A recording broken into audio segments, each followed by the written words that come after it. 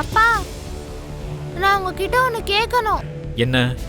காலையில உங்க ரூம்ல ஒரு போட்டோவை பார்த்தேன். அதுல இருக்கவங்க யாருன்னு கேட்டா யாருமே அதுக்கு பதில் சொல்ல மாட்டாங்க. அதுவும் மனிஷா இருக்காங்கல்ல, அவங்க அந்த போட்டோவே கிழிச்சு போட்டாங்க. ஆக்சுவலா அந்த போட்டோல இருக்கிறவங்க உங்களுக்கு தெரியுமாப்பா? அவங்க லக்கி, அந்த போட்டோ பத்தி, அந்த போட்டோல இருக்கிறவங்கள பத்தி நீ மறந்துடு.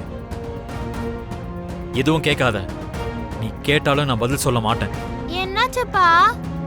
நான் அந்த போட்டோவை பத்தி கேட்டா நீங்க என்னென்னமோ சொல்றீங்க. அந்த போட்டோல இருக்கவங்க யாருன்னு உங்களுக்கு தெரியுமா? லக்கி, உனக்கு எத்தனை வாட்டி சொல்றது? வேண்டாம்னா விட்டுறணும். 10 வாட்டி கேட்க கூடாது. அண்டர்ஸ்டாண்ட்? ஹே லக்கி, என்ன மித்ரா அதெல்லாம்? உனக்கு என்ன பைத்தியம் பிடிச்சிருக்கா? ஒரு சின்ன குழந்தைகிட்ட போய் எப்படி கத்துற? பாவம், அவ ரொம்ப கவலைப்படுவான்னு நினைக்கிறேன்.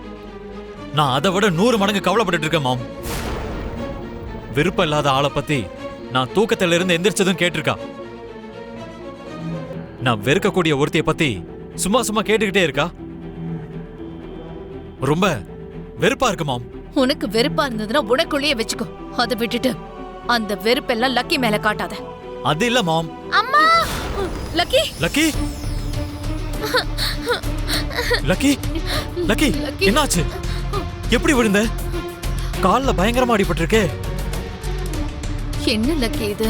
கொஞ்சம் ஜாக்கிரதையா இருக்கணும்லம்மா. பாத்தியா மித்ரா, நீ அவ மேல காட்டின கோவம் எங்க போய் முடிஞ்சிருக்குன்னு பாரு.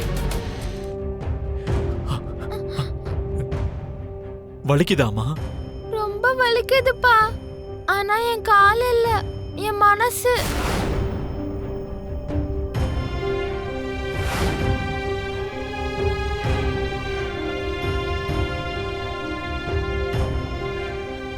நீங்க எப்பவுமே என் மேல இவ்ளோ கோவப்பட்டதில்ல.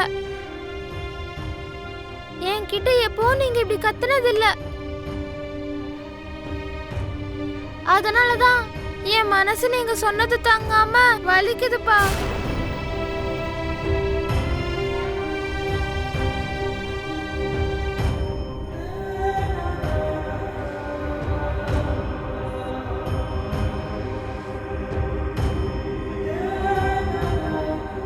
ஐ எம் வெரி சாரி லக்கி.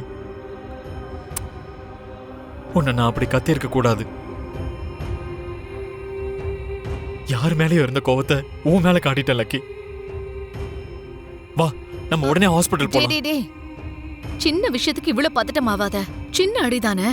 டாக்டருக்கு கால் பண்ண அவர் வர போறாரு. இரு, நானே கால் பண்றேன். வா.